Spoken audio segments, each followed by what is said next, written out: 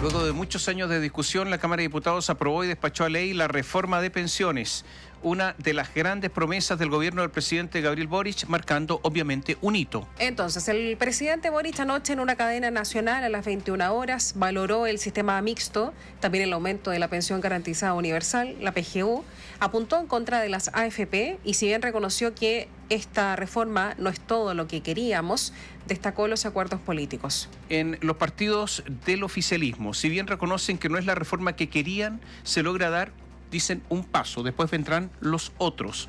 En tanto, Chile Vamos y el Partido Republicano se enfrascaron en duras recriminaciones. Yo diría que esta reforma, más allá del contenido de la reforma, que son materias previsionales, desde el punto de vista político, eliminó cualquier posibilidad, yo no sé si existía alguna posibilidad de una primaria común o de un acuerdo político en las derechas, que son muchas las derechas. Después de esto no hay ninguna posibilidad, lo han dicho explícitamente ¿quién? Kaiser, Kast, etcétera. Por lo tanto, la derecha absolutamente quebrada desde el día de ayer, por esto ya se había dicho los días previos, y por lo tanto esto tiene también una derivada política. Vamos a hablar de eso. Vamos a tomar contacto con Gonzalo Holguín. Buenos días, Gonzalo. Hola, Gonzalo. Sí, buenos días, Katy y Tomás. 29 de enero del 2025 quedará marcado como día histórico en el Congreso Nacional. Lo sabemos, fue un extenso debate, hubo cuestionamientos cruzados, fue una compleja tramitación desde lo técnico, fue un acuerdo que en varios momentos pareció tambalear. Ayer hubo un clima para de repente por ver si es que algo iba o no tener los votos para ir a la comisión mixta y finalmente no fue así y no fue así de manera aplastante. Además, todo en año electoral. La Cámara de Diputadas y Diputados terminó respaldando la reforma previsional impulsada por el gobierno del presidente Gabriel Boric. Sabemos que el camino no fue fácil para nada. El gobierno presentó en noviembre 22 la propuesta de reforma previsional y estuvo entre las comisiones de trabajo haciendo sala prácticamente 15 meses, en enero del 2024 de la Cámara Baja. En el Senado, 10 meses estuvo solo en la Comisión de Trabajo, donde tras idas en agosto se alcanzó un protocolo de acuerdo que implicaba que en enero, a más tardar, tenía que salir de la Cámara Alta y que contó con una revisión de 5 días de la Comisión de Hacienda tras la presentación de los llamados 11 riesgos y las 11 recomendaciones que realizó el Consejo Fiscal Autónomo por la sostenibilidad financiera de la propuesta. Pero bien dicen que la tercera es la vencida y así fue. Luego de 2 intentos frustrados en la última década, lo sabemos, el primero durante el segundo gobierno de la expresidenta Michelle Bachelet, donde en 2018 la reforma no terminó siendo aprobada por la Cámara Baja.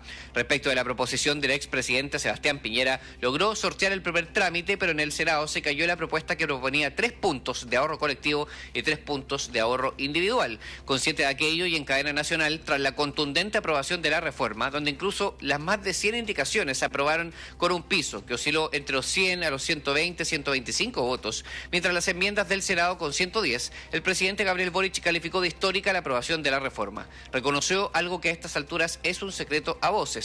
No es toda la reforma que querían, considerando que querían poner fin a las AFP, pero sí valorizó que se privilegiaron los acuerdos. Apuntó contra las aseguradoras por las presiones para que la reforma no viera la luz y sostuvo que la propuesta sí resguarda la sostenibilidad fiscal.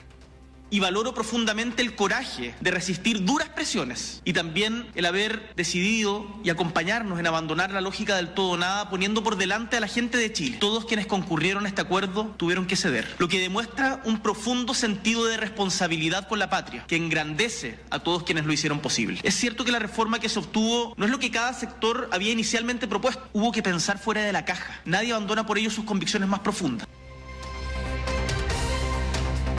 Para la ministra del Trabajo, Janet Jara, la emoción era palpable y su optimismo al iniciar el día también. La militante del Partido Comunista se anotó posiblemente la victoria política más importante, que ya venía precedida de otros logros relevantes en su gestión para el Ejecutivo, como el aumento del salario mínimo y la implementación de la ley de 40 horas. Al consumarse la aprobación de la reforma, las fotos, los abrazos, los aplausos no cesaron y posteriormente en el punto de prensa rodeada de diputados oficialistas, a los que, dicho sea de paso, logró convencer tras una seguidilla de reuniones en las últimas semanas, organizaciones de pensionados y trabajadores de la CUT comenzó señalando se ha dado un paso importantísimo. Ahí hay un tema de lenguaje político que evidentemente viene con un análisis posterior. Con todo, tuvo palabras para las AFP, al manifestar que se abrió la puerta a los cambios que las aseguradoras de fondos de pensiones trancaron por 40 años.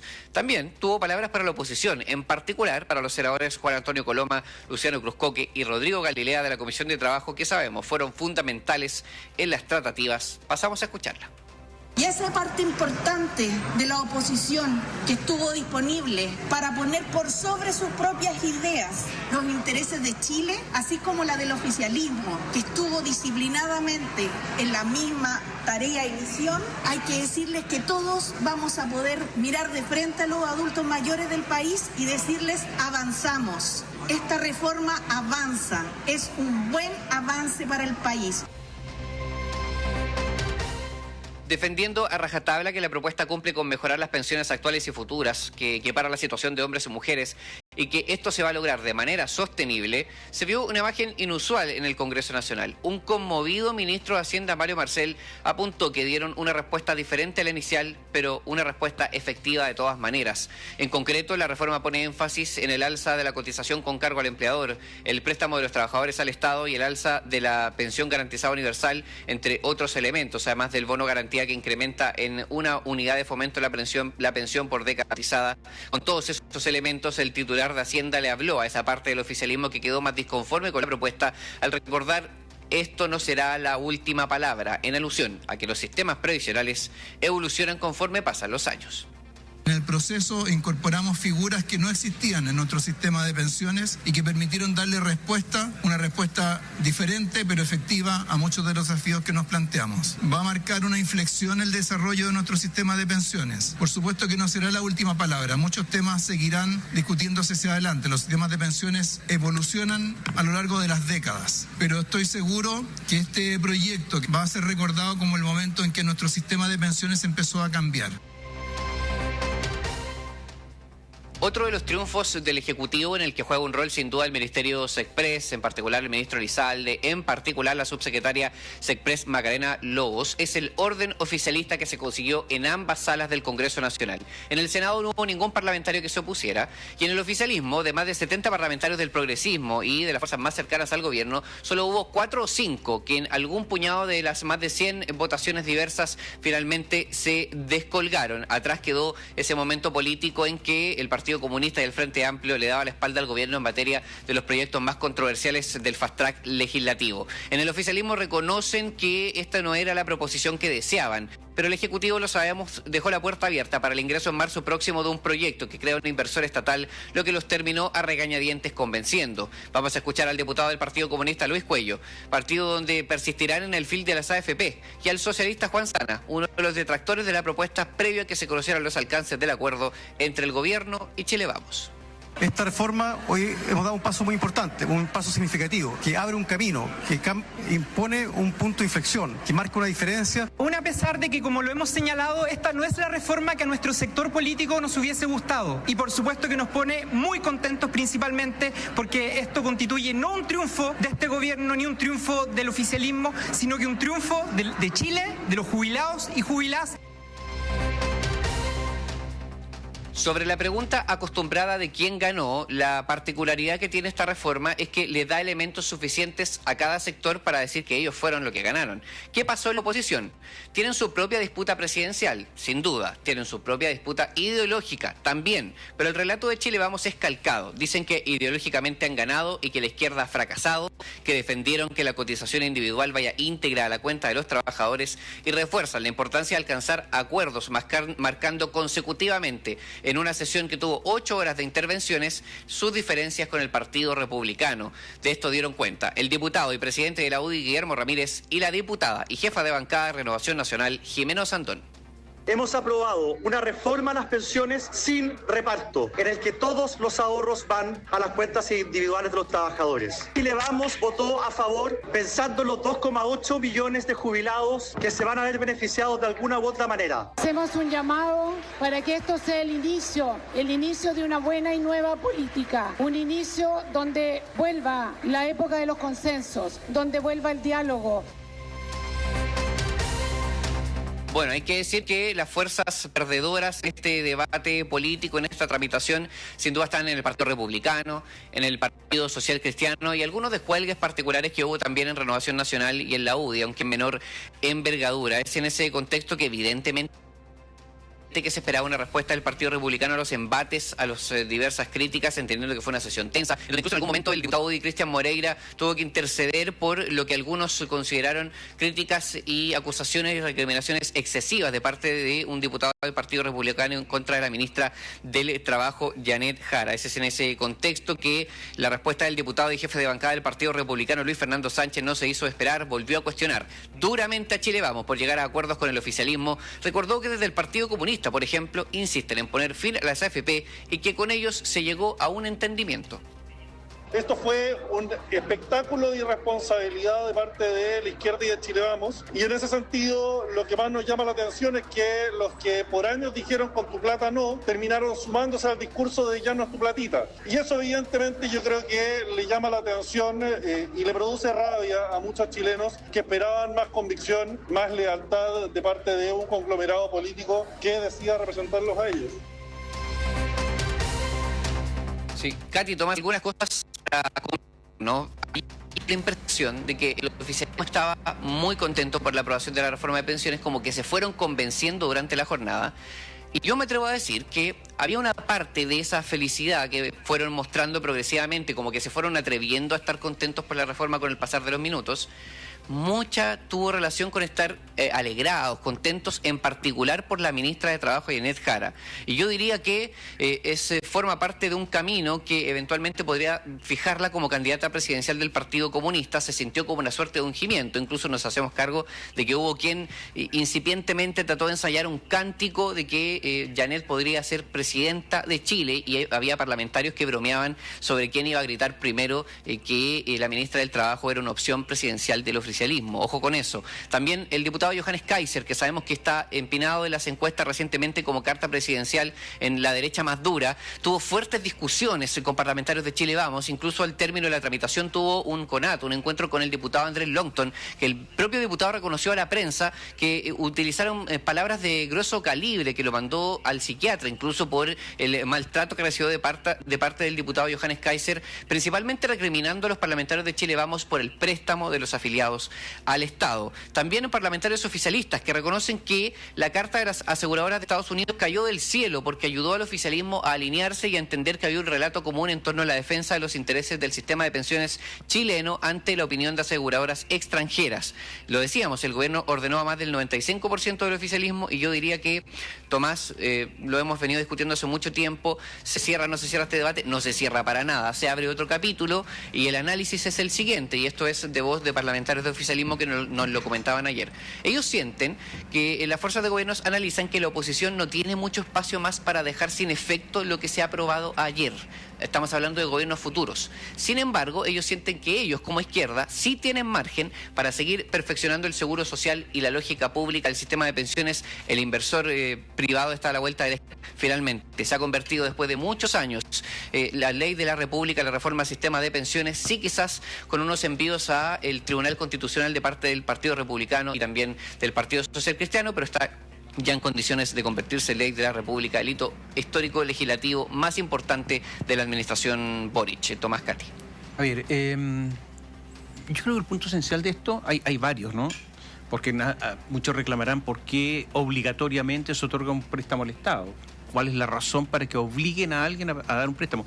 El Estado lo que puede hacer es exigir tributo, eso sí, y dentro de un límite, porque tampoco es que pueden exigir todos los tributos que quieran. Hay un límite, pero es un límite amplio.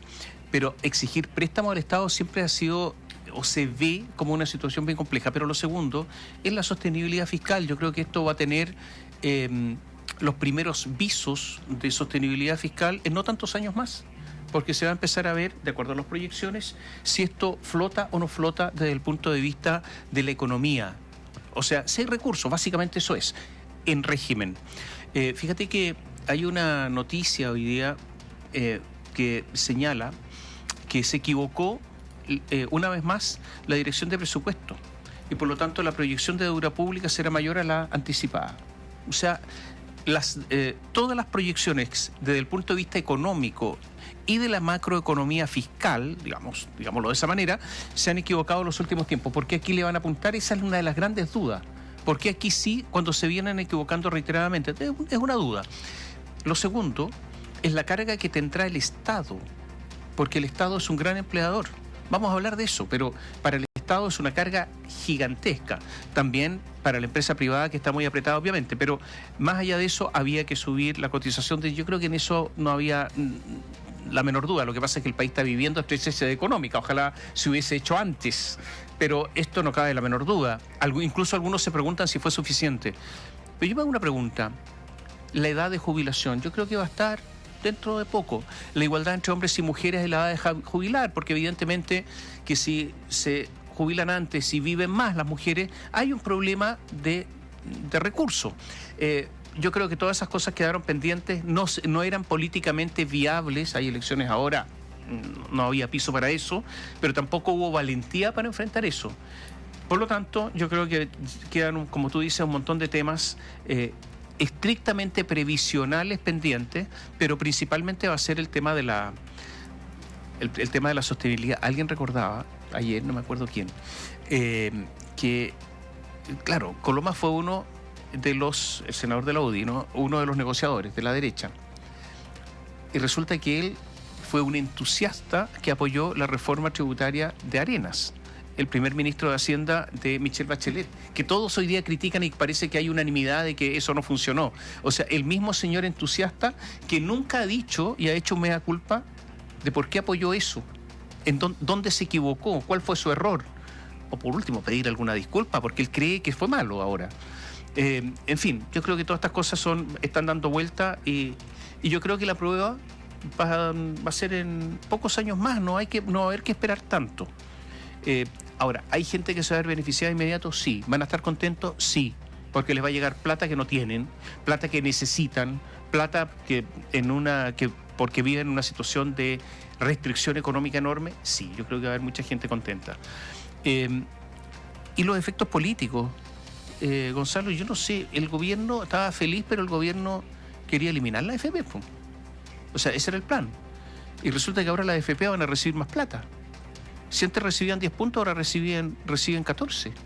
Entonces yo no sé si están contentos. Decían que la plata de la AFP iba a los empresarios. Los empresarios, en general, Gonzalo, apoyaron, impulsaron esta reforma. Y uno se pregunta por qué tanto empresario apoyando la reforma. Me refiero a empresarios grandes. Grandes, claro. Me refiero al señor que está en la esquina con una fuente soda. No, me refiero a los empresarios que dominan. Y estaban contentos. ¿Por qué? Bueno, porque las AFP van a tener más plata y se produce una profundidad del mercado del mercado de capitales, y esa plata sirve para financiar a ellos. No le sirve al señor del restaurante chico de la esquina o de barrio, que es un empresario, pero no, es a ellos. Entonces, yo creo que también aquí los intereses económicos son gigantescos. Y son intereses económicos, no necesariamente intereses nacionales, ¿eh? Puede ser que sí, que coincidan. En otros casos puede ser que no.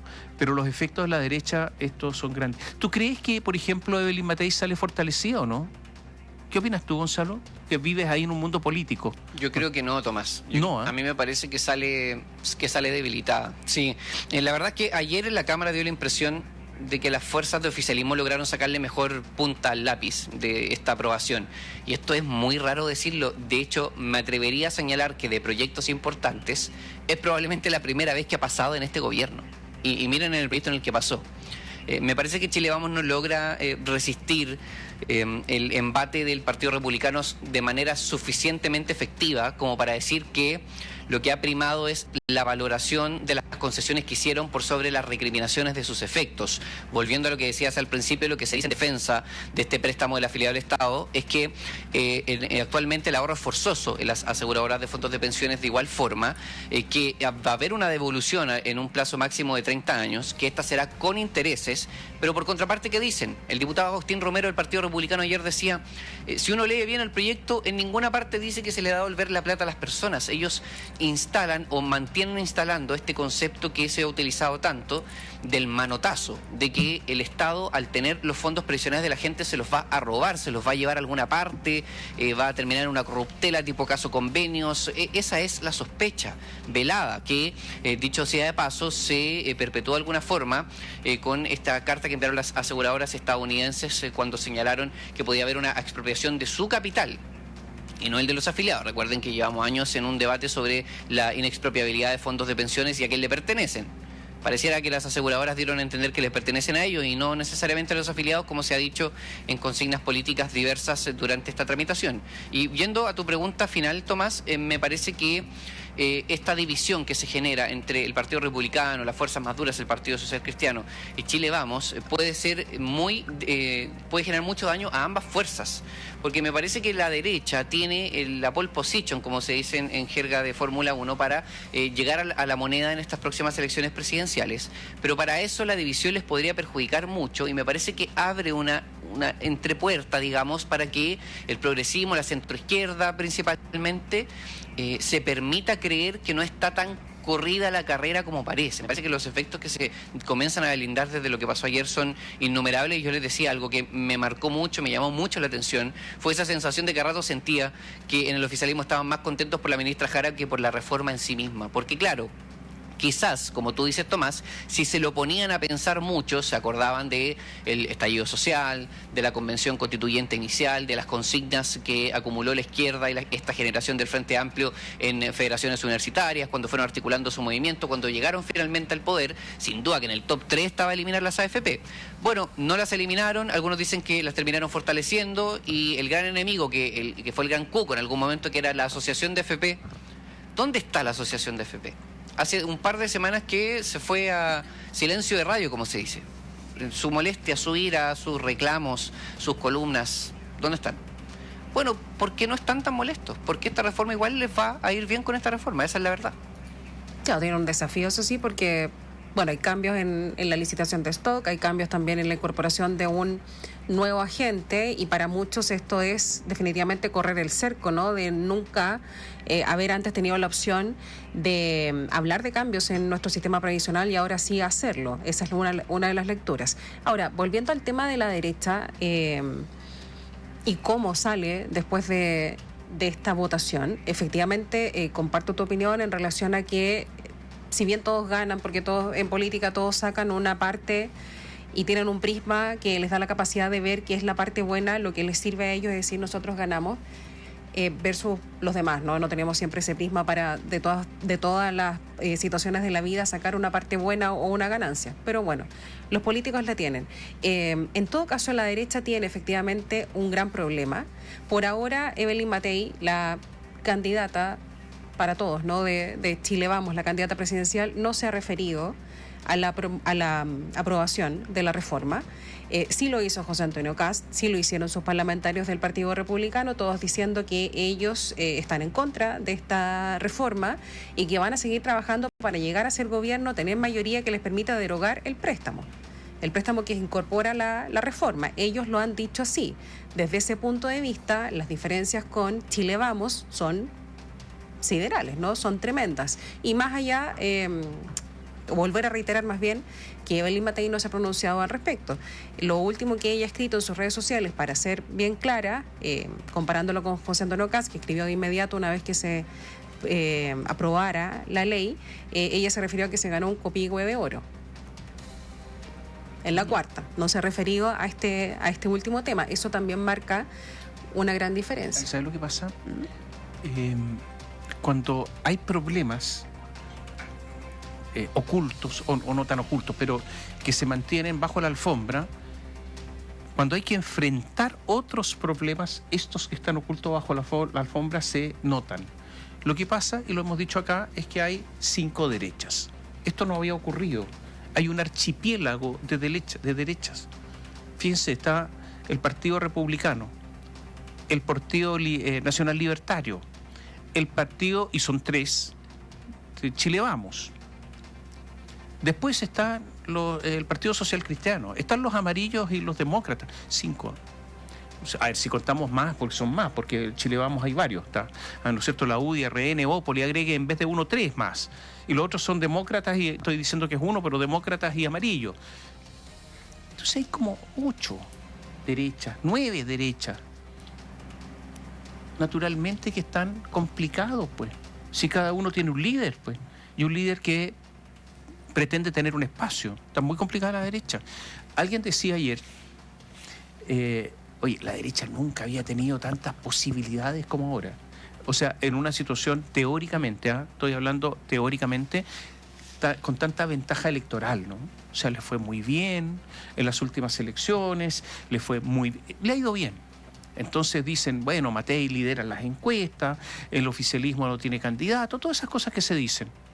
Sí, pero tienen 5 derechas. ¿A qué derecha te refieres?, le decía yo.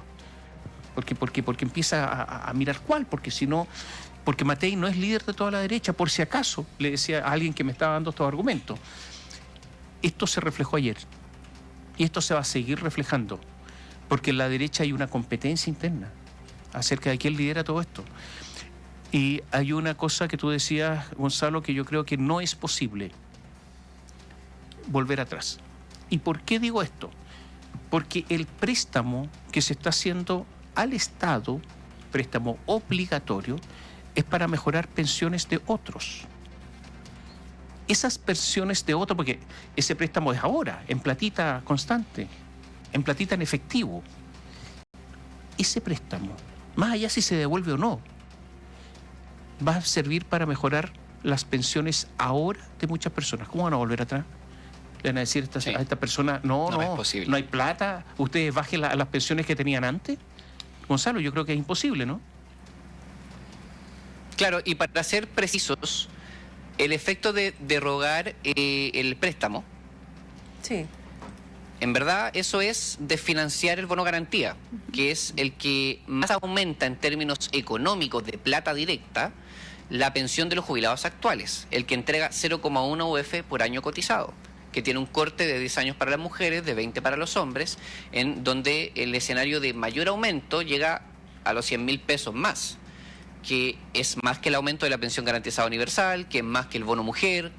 O sea, quitar ese préstamo desfinanciaría el mecanismo que más aumenta la plata del jubilado actual. Y la verdad es que, bueno, ahí uno no tiene que decir que el gobierno que se atreva a hacer eso, la verdad es que no se ve sostenible que alguien lo haga, por mucho que lo proponga en campaña. Por eso yo decía que aquí la oposición se dejó a sí misma con menos espacio. De partida ya están en un lugar de fortaleza porque ellos creen en este modelo, en el actual. Reconocen que tenía que mejorarse por la cantidad, o sea, por las pensiones miseriosas que estaba recibiendo la gente. Pero el modelo de administración les gusta. Lo perfeccionaron, perfecto. Las AFP, como tú decías también, Katy, van a tener nuevas obligaciones. Sí. Va a haber, ojo, un sistema de castigos y de premios para las AFP. O sea, esto va a ser más exigente desde el punto de vista de prestar un buen servicio. Va a ingresar al Estado, el Instituto de Previsión Social, como un ente subcontratador, pagador, cuestión que no cae muy bien. De hecho, recuerden que eso fue una de las críticas principales de esta carta de las aseguradoras estadounidenses, que cuestionó la parte en que efectivamente el Estado va a tener un rol, porque podría ser anticompetitivo, etcétera. Podría ser un atentado al derecho a inversión, o sea, a eso se llegó. Pero bueno, estas incomodidades y estas molestias son los estándares que deberán cumplir las AFP. Y Tomás, Katy, si se me permite una breve reflexión respecto de lo que pasa con los chilenos y chilenas desde hoy en adelante. Y esto se lo comento utilizando la plataforma que nos permite poder estar cerca de esta tramitación a todos quienes nos escuchan. En los próximos 10, 15 o 20 años, el ciudadano chileno va a tener que educarse más sobre el sistema previsional, porque en este modelo va a tener más participación, un poco más de autonomía en la toma de decisiones. Por ejemplo, en la licitación de stock. Cuando se haga una relicitación de stock cada 2 años del 10% de la cartera, que probablemente va a ir en orden alfabético, según entiendo, a las personas les van a preguntar si se quieren cambiar o no. Y esa pregunta tiene que ser tiene que venir con una respuesta informada. Los chilenos y chilenas van a recibir un correo electrónico que van a tener que contestar. Sí, me quedo en la misma FP, no me cambio. ¿Cómo hacen ese análisis? ¿Cómo saben que tienen un buen retorno versus el retorno que ofrecen otros? Aquí el Estado y los gobiernos que vienen tienen una responsabilidad inmensa de educar a la ciudadanía para que sea capaz de tomar decisiones que les beneficien, que entiendan el sistema. Porque si se quedan así, las personas que se quedan así, que no los ayuda un familiar, que no los ayuda a nadie, no van a entender cómo optimizar sus pensiones en un modelo en donde ellos van a tener por primera vez más libertad sobre cómo optimizarlas. Entonces, me parece a mí que ese es uno de los temas que no se está hablando y que va a ser resorte de una misión titánica de este gobierno y de todos los siguientes mientras se implemente este modelo. Oye, desde el punto de vista político, hay otro aspecto. ¿Este es un acuerdo estable? No. No. No, menos en año electoral. No, y no es estable. ¿Por qué? Porque hay desacuerdo. Entonces, el asunto es que, claro, uno podrá decirlo, lo decía el presidente Boric, pero no fue el único que lo dijeron, llegamos a un acuerdo finalmente. Pero ¿existe un acuerdo que no es estable? El concepto de acuerdo es armónico con la inestabilidad del acuerdo. ¿Y por qué en algún aspecto gana el oficialismo? Porque la derecha ya no puede volver atrás. A ver, veámoslo en cuanto a los movimientos futuros. La derecha ya no puede volver atrás. Yo creo que aquí lo que se dio ya no tiene vuelta, por lo que decíamos recién. En cambio, el oficialismo puede seguir presionando para llegar a posiciones en las que cree. O sea, por ejemplo, tratando de poner más trabas a la AFP o lo que sea. Entonces resulta que la pérdida para la derecha es definitiva y la pérdida por no lograr todo lo que quería para el oficialismo es transitoria. Es absolutamente temporal, no definitivo. Y desde ese punto de vista ganó ampliamente el oficialismo. Y yo creo que eso lo perciben. Sí, concuerdo. Yo les sincero algo. Sí, Gonzalo.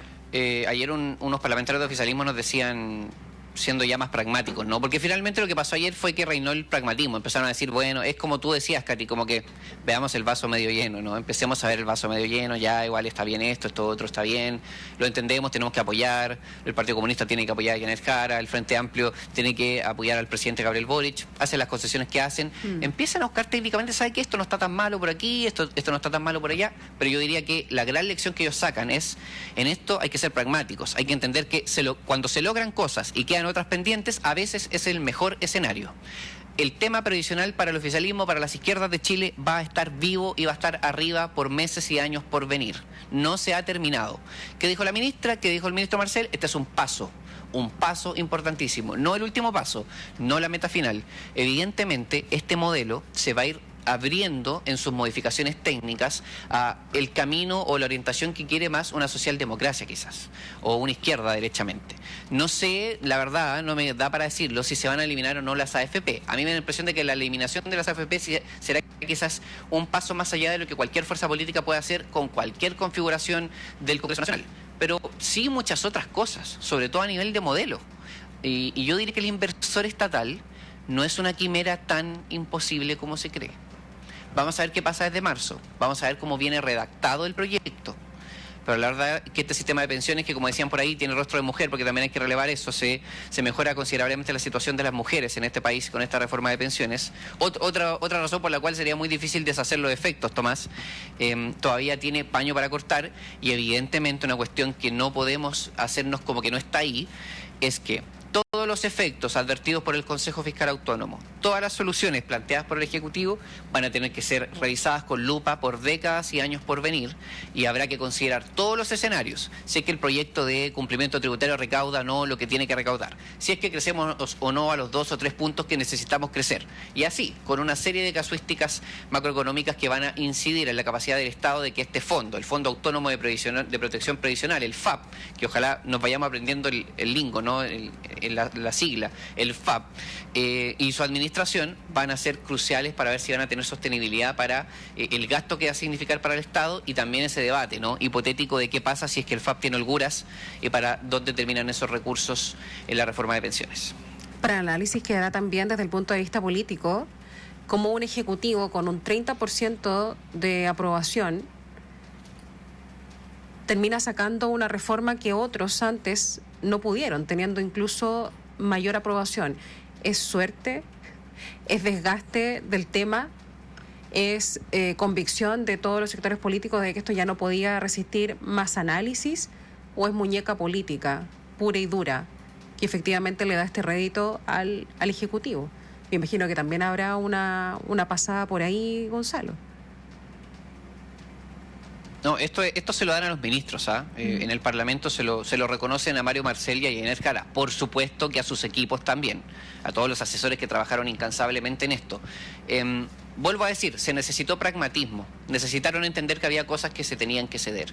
Y yo diría que la más difícil de ceder probablemente es el término de las AFP, porque claro, esto va en la dirección opuesta de terminar con ellas, es cierto. le pone exigencias para que mejoren significativamente, para que haya mejores retornos, rentabilidad, para que sus carteras de inversiones sean de mayor calidad, que tengan mayor visión, que no actúen en manada como venían actuando ahora las AFP, ¿no? Que actúan como más o menos dentro de los mismos márgenes. No, ahora evidentemente va a haber una competencia más voraz porque los afiliados tienen más libertad, etcétera. Pero la idea era terminar con esto, ¿no? No perfeccionarlo. Entonces yo diría que esa concesión, la disposición de hacerla y la capacidad para negociar otras cosas que eran igual de significativas es el pragmatismo más importante que se ha tenido en esta reforma y que para algunos ha revalidado la política de los acuerdos, tan vilipendiada por este mismo sector, hay que decirlo. Me parece que es la piedra angular de por qué la ministra de Trabajo, Janet Jara, pareció ungirse como candidata presidencial del oficialismo ayer. A nosotros nos decían, gente aquí no es del Partido Comunista por si acaso, yo votaría por Jara. No, a ver... ¿Hasta alguien del socialismo democrático me dijo eso? No, desde ayer Janet Jara el Partido Comunista, por lo menos el Partido Comunista tiene candidata presidencial. Sí. De un capital que no pueden perder. Y por lo tanto Janet Jara tiene que renunciar al ministerio ahora en marzo. Por ejemplo, quiere hacer campaña, claro. Claro, sí. O sea, esto viene rápido. Janet Jara es candidata, yo creo, del Partido Comunista de todas maneras. Ahora, yo no sé qué efectos tiene esto en la directiva de Lautaro Carmona, pero eso ya es otra historia. Podemos hablar harto rato sobre eso, porque se alteran los equilibrios al interior del Partido Comunista. Recordemos que Lautaro Carmona tuvo una alianza con Jadwe y esa misma alianza no sé si la tiene con Janet Jara, yo creo que no. Pero eso es otra historia. Y resulta que esto coloca en un problema enorme al llamado socialismo democrático, que va en los próximos días, yo creo que a insistir enormemente, ya está insistiendo, pero enormemente me refiero al Partido Socialista, con Michelle Bachelet. Han insistido mucho con ella y yo no sé qué va a hacer el PPD con Carolina Toá, que frente a Janet Jara yo creo que se ve desmejorada en estos instantes. O sea, hay una disolución del PPD en cuanto a una opción presidencial. Tengo la impresión que así están las cosas. Ya, y después está la pelea en la derecha. Estamos atentos contigo y muchísimas gracias por todo este reporte, Gonzalo.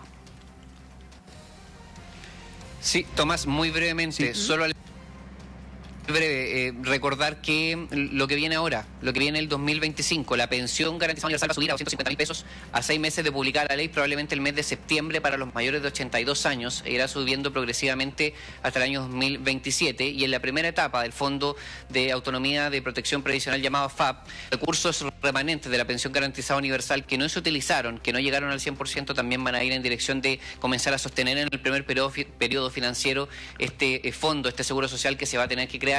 Viene una nueva institucionalidad, viene el aumento de las pensiones para muchos chilenos en cosa de meses, y evidentemente eso también será una cuestión positiva que es esta reforma y una cuestión electoral también. Muchas gracias y nada, decir que esto fue una tramitación intensa, dura, termina, histórica, y formar parte de este proceso y ver finalmente cómo las fuerzas políticas se lindaron y tomaron decisiones es una cuestión que quedará en la historia y que después juzgaremos si que este fue un momento de infame o fue un momento crucial para mejorar el sistema previsional chileno. Buenos días, Katy, Tomás. Gracias, Gonzalo. Hemos visto abrazos, manos en alto, en fin, en otras aprobaciones de reformas muy cruciales, pero que no todas han tenido el efecto que todos esperamos. Vayamos por parte respecto de los efectos a corto plazo de la aprobación de la reforma de pensiones. Esta presión por aprobar la reforma durante enero respondió a ¿qué? A intereses políticos, pero también a intereses prácticos, porque con el despacho este mes, el Ejecutivo cuenta con un mayor margen para concretar la promulgación tras el control de constitucionalidad de las normas impugnadas por la Cámara de Diputados y la toma de razón de la Contraloría General de la República. Claro, tiene que pasar ahora la reforma al Tribunal Constitucional porque tiene modificación de varias leyes orgánicas y por lo tanto tiene que pronunciarse el Tribunal Constitucional, y además hubo reserva de constitucionalidad de algunos parlamentarios, entonces tiene que pasar ese examen. Pero ya con el trámite legislativo aprobado, en el Ejecutivo han señalado que la publicación de la ley en el Diario Oficial podría concretarse en marzo, y eso favorece la entrada en vigencia de parte de sus beneficios a partir del segundo semestre del año. Ahora, esto sí, la implementación plena de la ley requiere una serie de disposiciones reglamentarias y lineamientos normativos por operar. Mucha atención quienes nos están preguntando, que dicen voy a jubilar el próximo año, en 2 años más, ¿cómo me toca esto? Bueno, vamos por parte. El aporte a la PGU, la pensión garantizada universal, es lo que mayormente define el incremento de pensiones que propone la reforma, con un alza que va desde 214.296 pesos a 250.000 pesos en el monto de su aporte. Sin embargo, su entrada en vigencia es gradual. Así, el nuevo monto de la pensión garantizada universal se aplicará a partir de los 6 meses desde publicada la ley para los actuales beneficiarios de 82 años o más. Si la ley se publica en marzo, se podría activar en septiembre. Ya a los 12 meses desde la publicación se incorporan también aquellos beneficiarios de 75 años o más. Y el proceso cierra con una última incorporación a los 24 meses, ya hablamos de 2 años después de promulgada la ley, para el grupo sobre los 65 años. La PGU además aumenta su cobertura incorporando como beneficiarios a aquellas personas sujetas a pensiones de reparación, como la Comisión Reti, la Comisión Balich y los exonerados políticos. Los beneficios incorporados en el denominado seguro social son la garantía de 0,1 UF por años cotizados, con un tope de 2,5 unidades de fomento, y la compensación por expectativas de vida, que se calcula como un seguro para igualar los montos de pensión entre mujeres y hombres que presenten iguales parámetros de ahorro en sus cuentas. En este caso, su entrada en vigencia este año exige una mayor celeridad en la publicación de la ley, dado que se activa 9 meses después de este hito. De concretarse en marzo, los nuevos beneficios podrían comenzar a entregarse en diciembre. Con toda diferencia de la PGU, este aporte opera sin gradualidad. O sea, es de efecto inmediato. Los años de cotización. Efecto inmediato. Según las proyecciones del Ejecutivo, para este año se esperan unos 954.000 beneficiarios del aporte por años cotizados, incluyendo 415.000 mujeres y 728.420 que recibirán la compensación por expectativa de vida, también llamada bono tabla. El gobierno también simuló la magnitud de estos aportes en un escenario en donde se consideran personas que ingresaron al mercado laboral a los 25 años, un incremento real de sus remuneraciones de 2% y jubilan con ingresos de 800.000 pesos al momento de su pensión en 2025. Con dichos parámetros, el monto de las pensiones sube desde 289.910 pesos a 324.894 pesos para un hombre con 10 años de cotización, y de 401.532 pesos a 533.277 pesos con 25 años de aporte. Y en el caso de una mujer con 10 años de cotización, el alza es de 287.041 pesos de pensión actual hasta 370.766 pesos. Ahí hay casi 100.000 pesos de diferencia. Si se registran 25 años de cotización, sube desde 396.159, casi 400.000 pesos, a 542.853 pesos en esos ejemplos que se entregaron como modelo, ¿no? ¿Hagamos un resumen? Sí. A ver, un resumen. Mira, con hombres, escuche bien, hombres con 10 años de cotización, sin reforma recibe 289.190 pesos. Con reforma, 10 años de cotización, 324.894 pesos. Hombres con 20 años de cotización, sin la reforma, la pensión ahora es de 364.085 pesos. Con la reforma, 476.622 pesos. Con 25 años de cotización, sin reforma, 401.132 pesos. Con reforma, 533.277 pesos. Esto es sumando la pensión autofinanciada, la garantía, la pensión garantizada universal. En el caso de las mujeres se suma la compensación por expectativa de vida. Vamos al caso de 10 años de cotización. Una mujer con esos años de cotización sin reforma, 287.041 pesos. Con reforma, 370.766 pesos. Con 20 años de cotización, sin reforma, 359.786 pesos. Con reforma, 484.281 pesos. Y en el caso de una mujer con 25 años de cotización, sin reforma, entre la pensión autofinanciada y la PGU, da un total de 396.159 pesos. Con la reforma, sumando lo que ya les mencionaba, más garantía, más la compensación por expectativa de vida, 542.853 pesos, de acuerdo a estos ejemplos que entregó el Ministerio del Trabajo y con datos de la Superintendencia de Pensiones. Contábamos esto va a tener un costo fiscal importante. ¿Por qué? Porque el Estado es un gran empleador. No solamente el gobierno central. Por ejemplo, se entrega un subsidio por alumno para los colegios. Bueno, resulta que a los profesores hay que también ampliarle la cotización previsional y por lo tanto el aporte, por ejemplo, estatal a los colegios tiene que subir y así sucesivamente. Por lo tanto, no es solamente el gobierno central. Están las empresas del Estado, obviamente, que forman parte del Estado, aunque es una forma distinta, pero todo esto tiene un costo. Un costo fiscal mucho mayor al que tuvieron inicialmente las reformas que crearon el Pilar Solidario de Pensiones y la Pensión Garantizada Universal. Tiene esta reforma que se aprobó ayer. Estas iniciativas costaron en torno a 1 punto del PIB, del Producto Interno Bruto. Las enmiendas que fueron acordadas con los senadores de las comisiones de Trabajo y Hacienda y que fueron aprobadas en la reforma implican un impacto fiscal de 1,7 puntos del PIB en régimen, es decir, casi 5.000 millones de dólares. De acuerdo con el informe financiero de la Dirección de Presupuestos, que recoge esos cambios en el largo plazo, hacia el año 2050, pero uno ve lejano el 2050, pero son 25 años más. En materia previsional es poco, para la vida de un ser humano mucho, pero para el país es poco. El aumento del monto y de la cobertura de la PGU, el alza de la cotización para los empleados públicos, los aportes al Fondo Autónomo de Protección Previsional y la nueva institucionalidad del sistema implicarán un mayor gasto fiscal de 3.123 millones de dólares. La caída de la recaudación por los menores ingresos tributarios, en tanto, esto por impuesto global complementario, debido a que los empleadores deberán asumir un mayor gasto en personal, que será deducido, eso sí, de impuestos, y una baja en sus utilidades junto con la reducción en el encaje, que es la obligación de invertir parte de su propio capital que tienen las AFP, significará menores recursos por 1.755 millones de dólares. Al contabilizar ese monto con el mayor gasto, el efecto fiscal total asciende a 4.968 millones de dólares en régimen. 5.000 millones de dólares 5.000 igual. En términos redondos. Sí.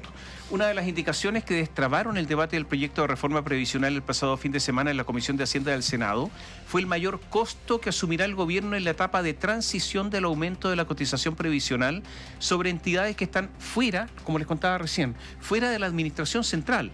No obstante, el diseño de esa enmienda abrió el debate sobre una posible subestimación de los recursos requeridos para ese desembolso. La fórmula legislativa que se acordó para zanjar ese tema apunta que durante la transición, en el incremento de la tasa de cotización de 7 puntos porcentuales con cargo al empleador, las leyes de reajuste del sector público destinarán recursos para el financiamiento del aporte. Asimismo, para este año se facultó al presidente de la República para que dentro del plazo de 5 meses desde la fecha de publicación de la reforma como ley, mediante un decreto con fuerza de ley, destine recursos para el financiamiento de la capitalización individual adicional de 1 punto que corresponde a este periodo. Para ello se estableció que las indicaciones que se podrá modificar el DFL2 de 1998 del Ministerio de Educación, que regula la subvención del Estado, como les contaba recién, a establecimientos educacionales y otras normas legales que sean necesarias. En el informe financiero que acompañó las enmiendas acordadas, se estimó que los ajustes a los decretos con fuerza de ley en 2025, que contribuyan a financiar el aumento de la tasa contributiva para establecimientos educacionales que reciban aportes permanentes del Estado y recintos de atención primaria de salud, será de 28.535 millones de pesos, un gasto fiscal total anual proyectado en la iniciativa que es de 1 punto del Producto Interno Bruto. Esos son datos